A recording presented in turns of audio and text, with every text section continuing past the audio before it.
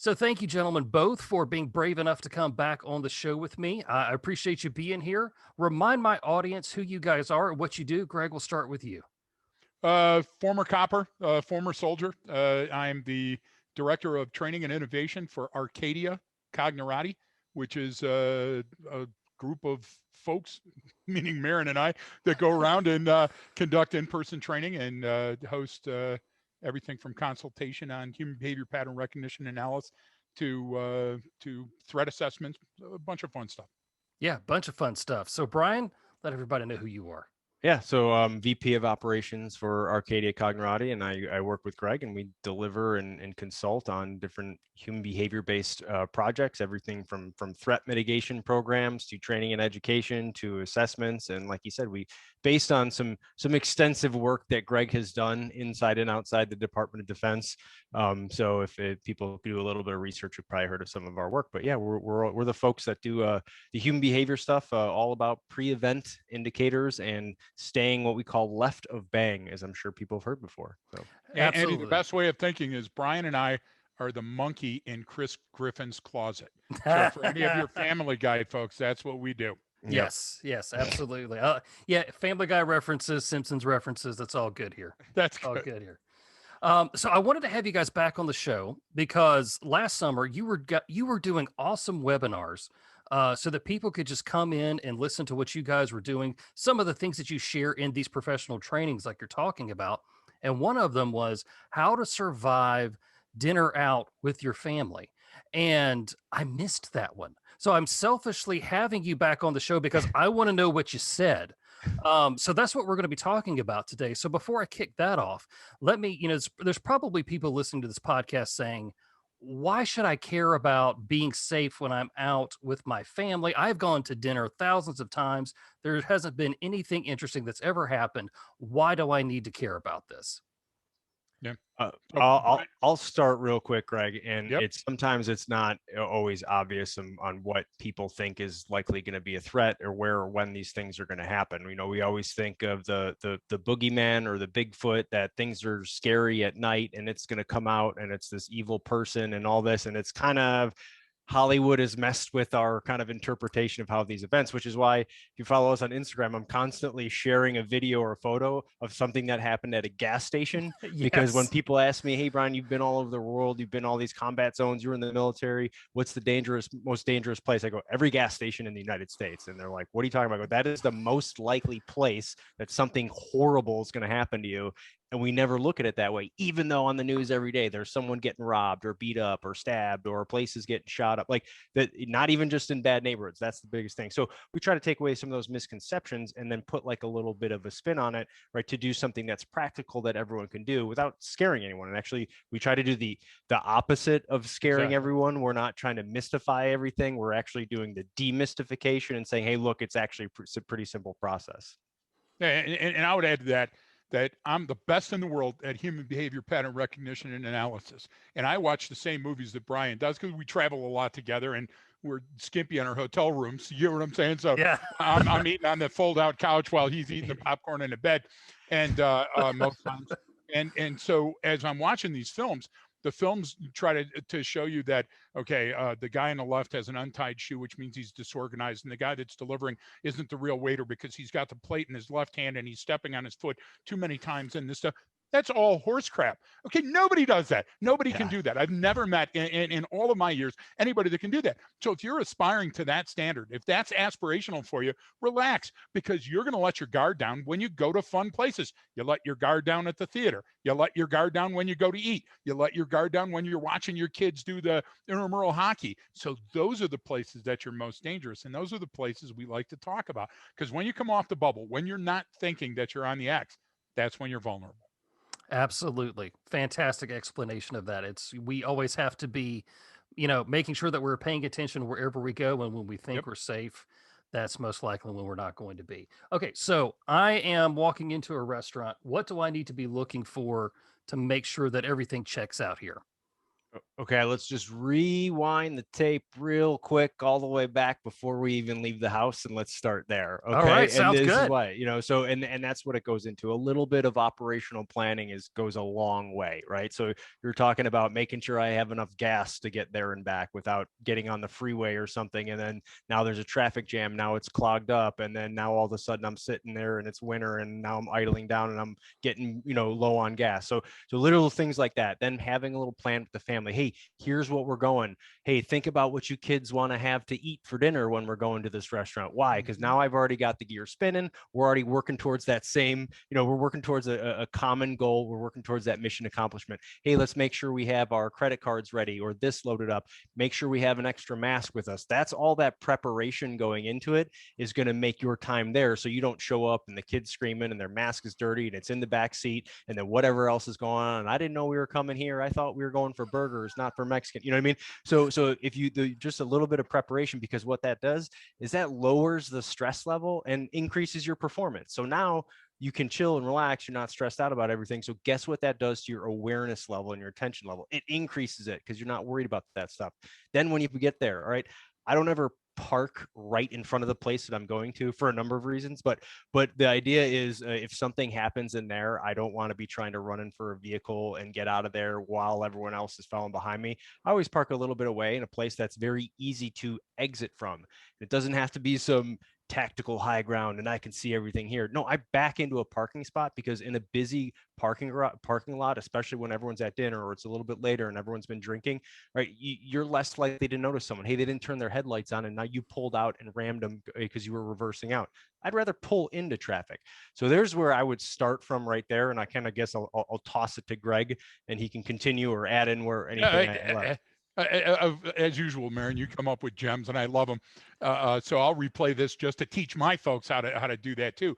And I would say, Andy, you got to think about it. In all the years that we were training the airline industry, problems don't get easier at 30,000 feet. So solve them at home, solve them on the ground before you ever get there, because it gets goofy fast. And the idea is, if I'm going to have an argument with my kid over what he was going to order or anything else, I'd rather have it at the kitchen table. Hey, remember, you don't like asparagus. What? No, I wanted the asparagus. Whatever it's going to be, it's easier at home than when you're standing in front of a bunch of people and the waitress is tapping her pen. The other thing I would say is that we're different. Brian and I are wired different. Shelly, Martin are the people that are trainers in our company. We carry binos everywhere. So I've got binos in my luggage. I've got binos at my house. I've got binos in my truck. And what I like to do is I like to take a breath, roll down the windows, look, listen, smell, feel, and then just scan real quick with the binos to see what's going on. If there's problems out in the parking lot, if there's people already lined up and agitated before they even get in, probably going to choose a different restaurant. Never happens at Popeyes, but that's in most restaurants I go to. Brian with the frou-frou gross point, high-end Chicago 5-star, you might have some problems. But that's one of the things that I would look for. And then I would think about this. Am I setting myself up for a failure even before I go? I like to enjoy life. So I want to make sure that I'm not going to dinner maybe on a Monday, knowing that they've had a 3-day weekend at this restaurant and it was a holiday weekend and the B team is there. Do you get what I'm trying to say? And the food I'm eating isn't on Thursday and Friday when all the restaurants get their delivery. So just a little bit of planning, like Brian is saying, is going to make it more fun when I hit the front door. We're not even at the front door yet, and I'm already talking to kids and going, remember, this is a universal sign for choking. Remember the Heimlich maneuver. Remember, chew your food and slow down. We're not in a hurry. Stop and enjoy yourself. Those are all discussions that should be rehearsals before the real event. Absolutely, I like it, and spoken also like two true dads here of making sure that Exactly. the kids have the mask, and Yep. it's that's the thing for the past year. We have to have a mask. There's still a mandate where I live, and it's like, That's it. why do I keep forgetting it? But I Right. do. It's this big And because thing. you're a dad, Andy, you've got the extra mask. You get Yeah. what I'm trying to Yes, say? yes. You've got some in the car, you've got some in your Yep. pocket, you've got some in the day pack. That's beautiful. And we are declared and undeclared dad. We do have to have those discussions because kids don't. Kids, what do you think the kids thinking when a restaurant? They're seeing a monkey with a ukulele in their head, and we're thinking about where the hell are we going to park and how am I going to pay for it? Yes, So yes, absolutely. sometimes taking that step back psychologically and thinking about what your kid's thinking about, it's going to help you prepare for it. Yeah. And, my wife will be very happy to hear this because she's one of these people who stalks the menu before we go. And she's like, okay, what do you think you're going to have? And I'm like, Yep. it's 2 o'clock. We're going to Right. dinner at 6. Right. So you've just proven her point. Did she pay you No, no, guys to say this? no, that's Shelley. That's typical Shelley. I'll say, hey, what do you want to do this week? Would you like to go out to eat? Because we rarely go out to eat because Shelley's such a good cook, and Mhm. Gunnison's a really small place. But Shelley will go, okay, if we're going to go, it's going to be here. It's going to be at this time. It's going to be on this day because Shelley's all about efficacy and efficiency. And that makes it fun for her. So that makes it fun for me. If you take the stress out of the equation, you're going to have a good time. If you're sitting there going, where's my phone and where's that little light up disc? And, I give you another example. You're in South Carolina, and Brian and I extensively taught in Florida, South Carolina, North Carolina, Georgia. All of a sudden you decide to go out to eat and you're exhausted and you got your team with you. So you're standing there and you go, don't worry, because they said 20-minute wait. 20-minute means an hour and 7 minutes, but they hand you that little disc, right? And Right. all of a sudden it dawns on you when you got that disc and you're looking around, you're near a military base and it's payday. What happens on every payday? What Yep. happens on Sunday night? So Yep. just a little bit of planning means that you're not going to be the one spinning. What about the weather? Hey, you're in North Carolina or South Carolina. What if the power goes out? We were sitting in a restaurant when the power went out. And if you don't have a plan for that, if you don't have a flashlight, if you don't know where your phone app is for that, okay, that can be a mess. So why not have fun? Take 5 minutes and have fun with it. Very cool. And you talk about, once we're in the restaurant, we're sitting down, we're looking around, you know, people typically in their mind can think about, a restaurant where you have to be seated. That kind of conjures up like a basic baseline environment for that. What are some what are some behaviors I need to be looking for when I'm at dinner to see if anything's going to go sideways? I right off the bat. So we use terms like organization and sophistication levels, especially when we're talking about criminal organizations or criminal activity or terrorists or this and it, but it's all human behavior related, right? So if I walk into a restaurant now maybe it's not the most sophisticated. They don't have like all the high end appliances. They don't have the newest tables. They don't have all this. But man, you go in there and it's clean and you can see where they put it exactly the fork and knife in the exact same spot. And you look in the kitchen and you eat off that floor. Okay, that's a high level of organization, low level of sophistication. That those people care about their restaurant and what goes on in there. So what you walk past is what you're willing to accept. So when you walk in a business like that, you can expect those same things. And so I start off the bat just like there to get a baseline for the restaurant of who's going to be in, because that's going to also going to tell you who's going to be in there, maybe how the food's going to be, at least Yep. how efficient their process is going to be. We all get a feel for that. You've all walked in, and when the waitress says, well, I don't know, or the waiter, and they kind of give you, and then now you're second guessing yourself, like, should I have ordered that? I don't know. I talk to people. Perfect example, we went out to a new place here right by me on Saturday, and we knew it was going to be slammed. So my wife and I, we went at 4:30 on a Saturday afternoon. Guess what? It was when the night crew was coming on. So they're all fresh, just got there to work.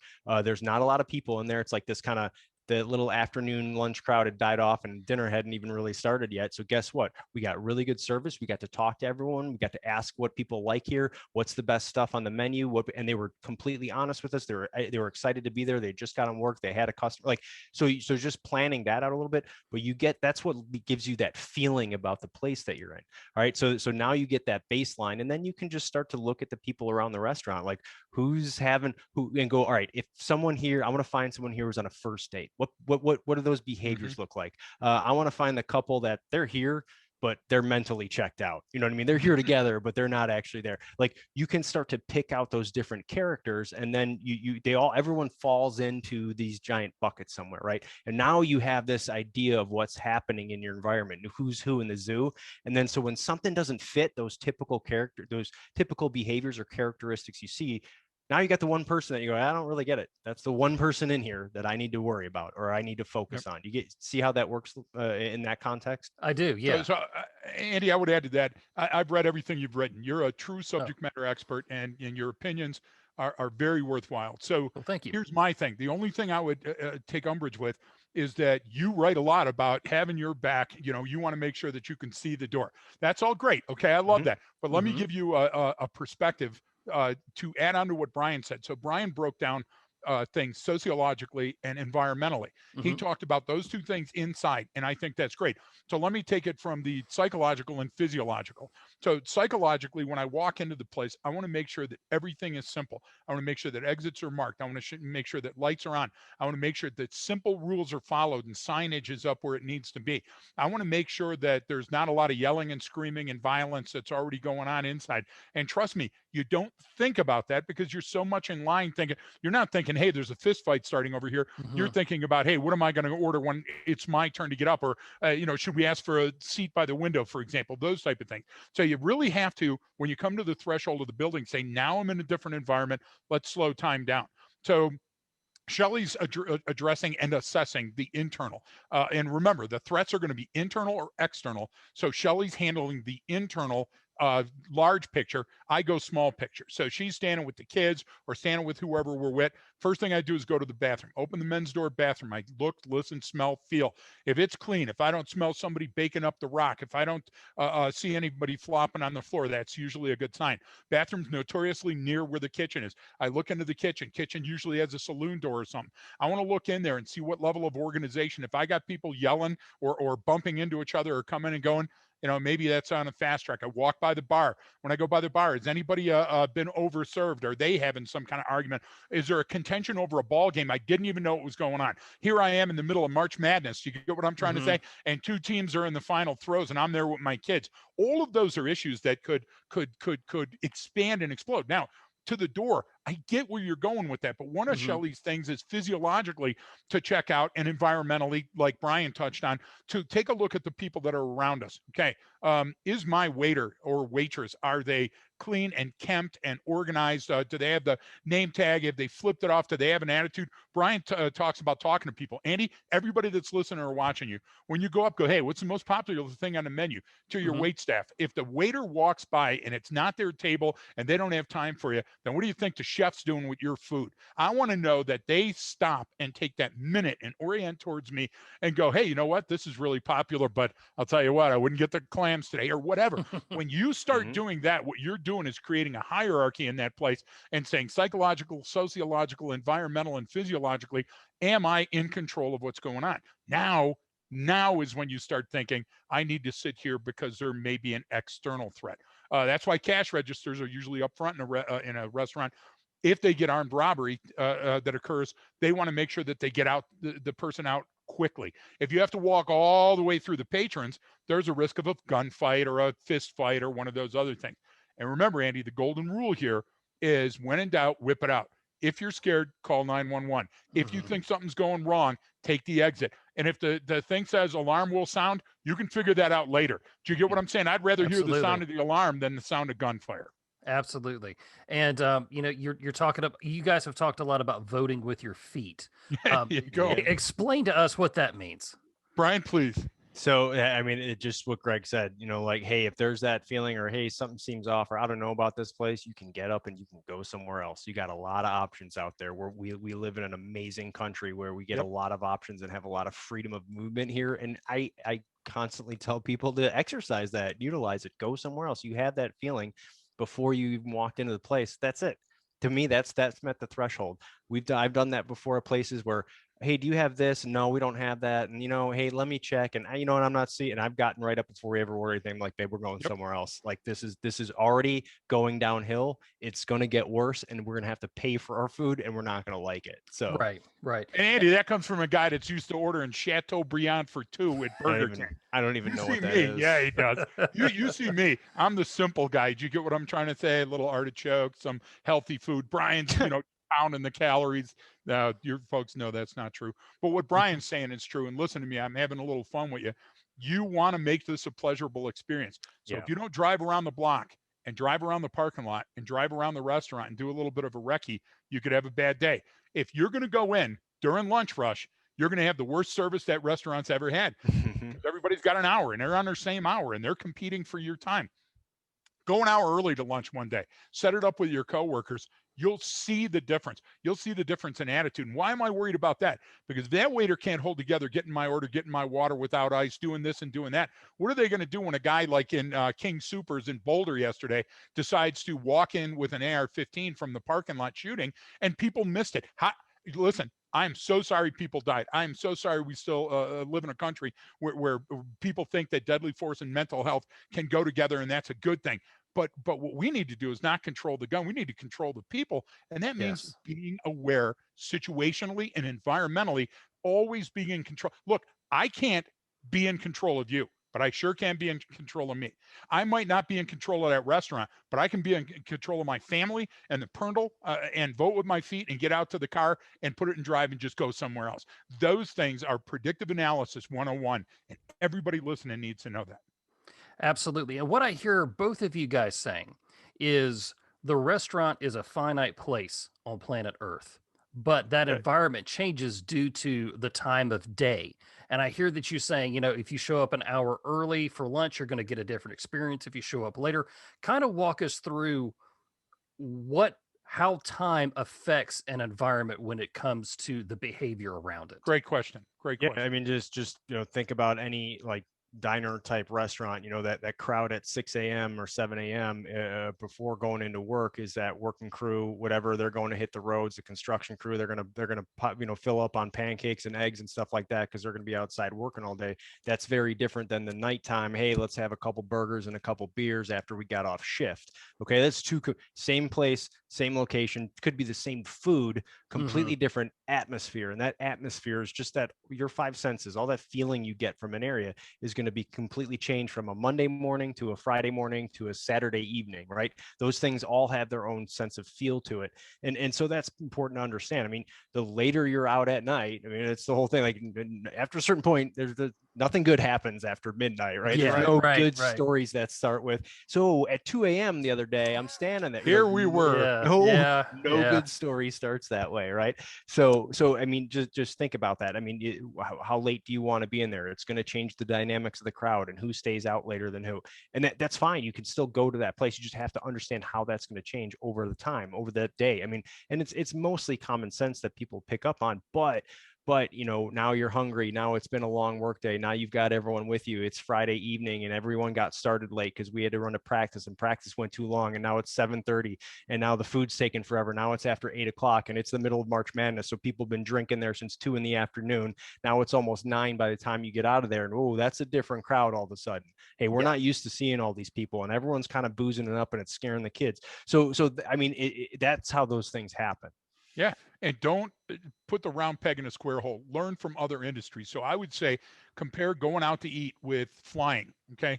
So if I'm going to take a flight, I want the earliest flight that leaves where I'm going from, because I know that if there's going to be any congestion in the air or any problems with the flight or any mechanical things, that gives me the best chance of getting out of there that day. The later flights, yeah, it's good because you get to sleep in. But guess what's going to happen? All those bottlenecks are going to add up and you're not getting out that day. The weather, the same thing. I know what I'm seeing when I get out. And even if it's dark and you're saying, yeah, but I'm getting up early and that's a pain in the butt. Yeah, but guess what? The chuds aren't. Cannibalistic human underground dwellers. Okay. As the sun is starting to come up, they're hiding back in their caves. Yeah. Probably not going to get jacked in the parking lot, those things, right? And so the same thing with the restaurant. Look, if you know that a restaurant is 5 o'clock to 8 o'clock, every United States restaurant is going to start their dinner rush. People getting off, trying to go and get their takeout, doing all that other stuff. You just dial it 30 minutes before that.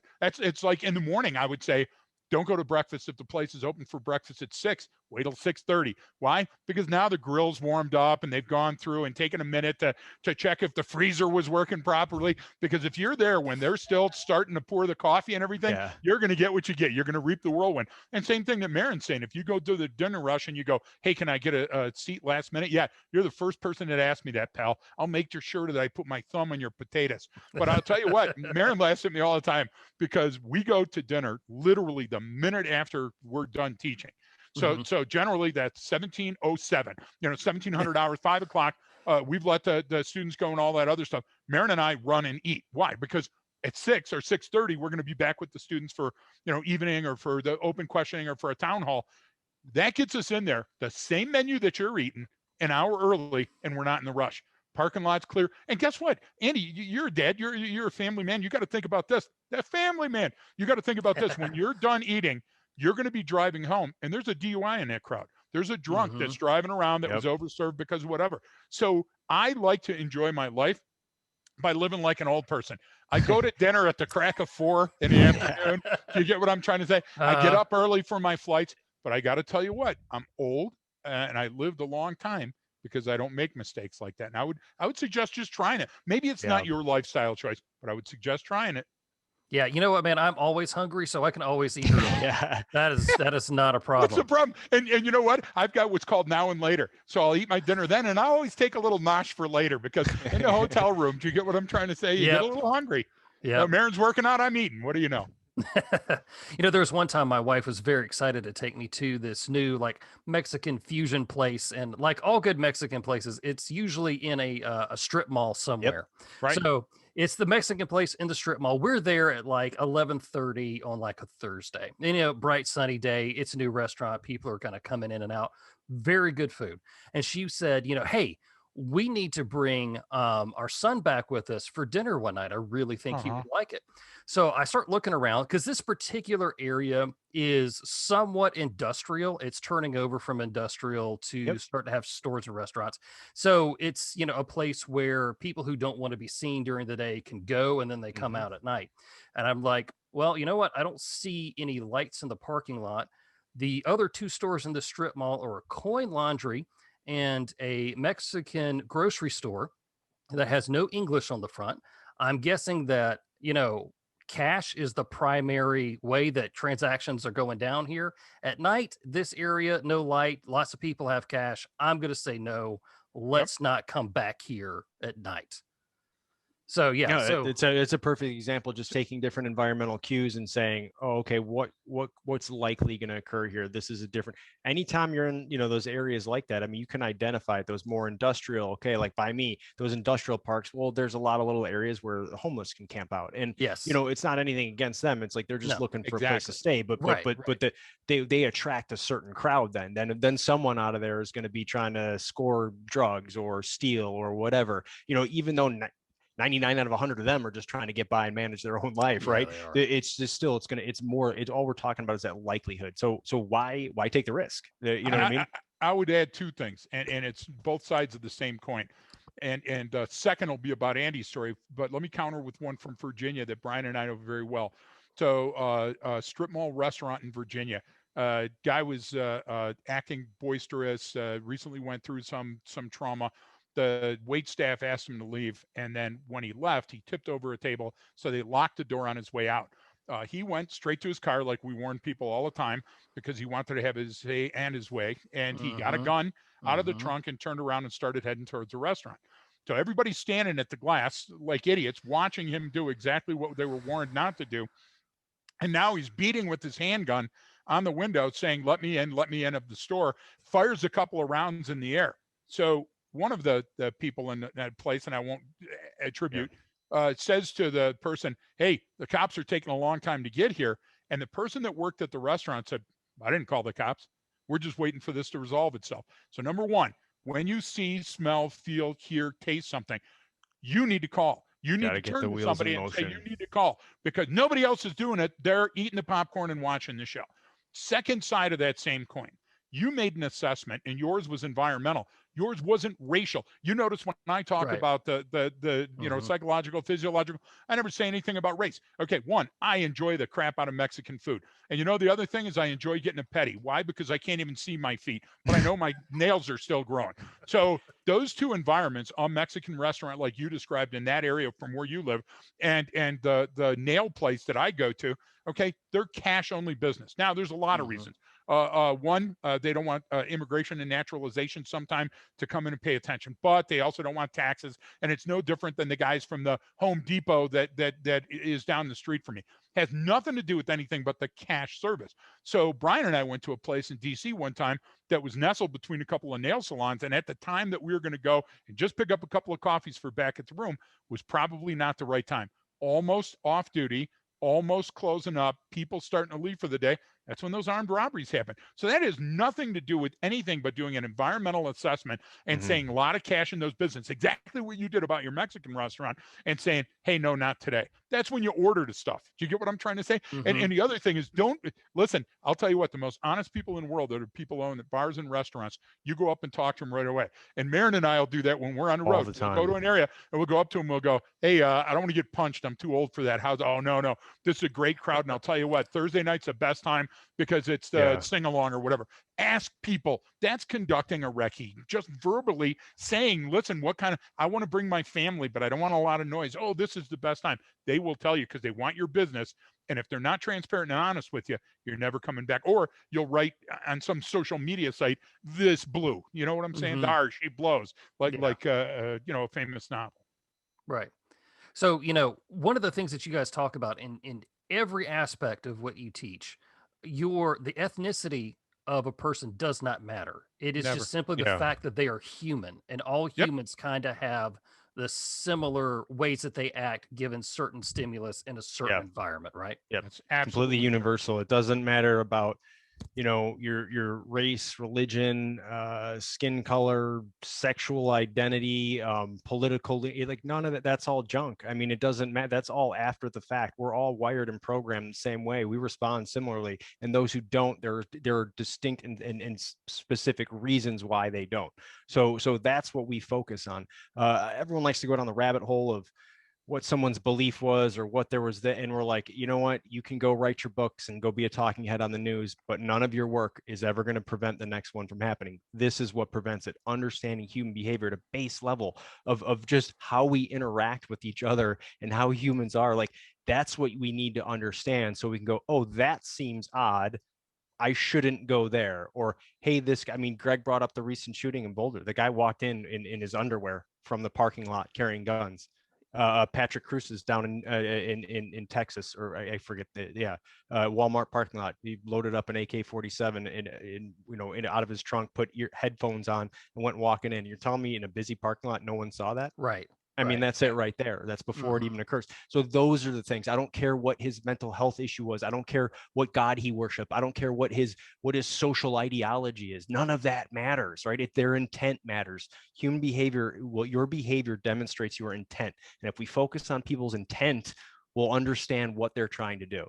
And remember, we're only commenting on Boulder with the information that's coming out from the news and photos. Right. We don't know the inside track on that. And when we ago. do, we may change our opinion or update it based on things that are happening. But I'll tell you this, if you want to learn about humans, what you do is you watch kids and go to the parent-teacher night for like kindergarten, first or second grade, and look at the project. Every one of them was supposed to make a turkey. Every one of them is supposed to make a fish in a bowl. And you're looking and you're going, holy, what the hell is that? Okay, that's because we're all unique little people that have these little ideas that are dancing around in our head.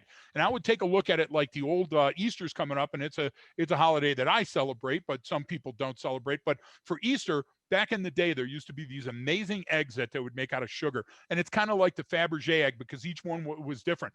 But on the sugar egg, there was a little window and you could peek in the window and there was a little rabbit village. And some places there was a church and people singing, and it was other stuff. And all these eggs are different. So every one of us is that egg. We have that shell. That's our protective outer layer. And just like Easter time, all those shells are different colors. But what's inside of it sometimes gets a little scrambled and goofy, right? So what you're watching for is incongruent signals and intent. Because I'll tell you right now, motive is for victims. And that's all it does is placate the victims afterwards. So you can also be a contributing factor to your homicide. And that means that you park because you're running late and you got to get in there for that COVID shot. Listen, COVID shots are going to come back around. That sale on the prime rib is going to come back around. Yep. You walk into that store at the wrong time, just like going to the restaurant at the wrong time, you could be contributing to your own homicide. And it's just like I say, practice the Heimlich maneuver, practice being aware. What's going on around me? Is this guy shooting in a parking lot? Is he carrying something that's long enough to be a gun case? And then call. There's no police agency in the world that says, don't call us. They'll tell you, call me for anything, because I'd rather have it be nothing and just, say, a 1082 dispatch, then go, send more cars, everybody's dead. So we don't want to scare people, because there's almost never a time at a restaurant that you're going to need police intervention. But for that one time, wouldn't it be wonderful to be prepared, to have a plan? And that's why we love your show. That's what your show is all about. Your Yeah, show is about that ounce of prevention and having a plan before you go in. as I appreciate that. And I also absolutely love your podcast. Where can people find out more about you and Arcadia Cognerati? Yeah, we've got the Left of Greg podcast, which you know about. That's where we jump in, pick apart a whole bunch of different type of, whether it's a current event that happened, some case study, or some topic about human behavior, where there's kind of something on there for everyone. That's where we deep dive a lot of that and have these kind of discussions like this and break things down. So the Left of Greg podcast, always, we got more stuff, arcadiacognerati.com.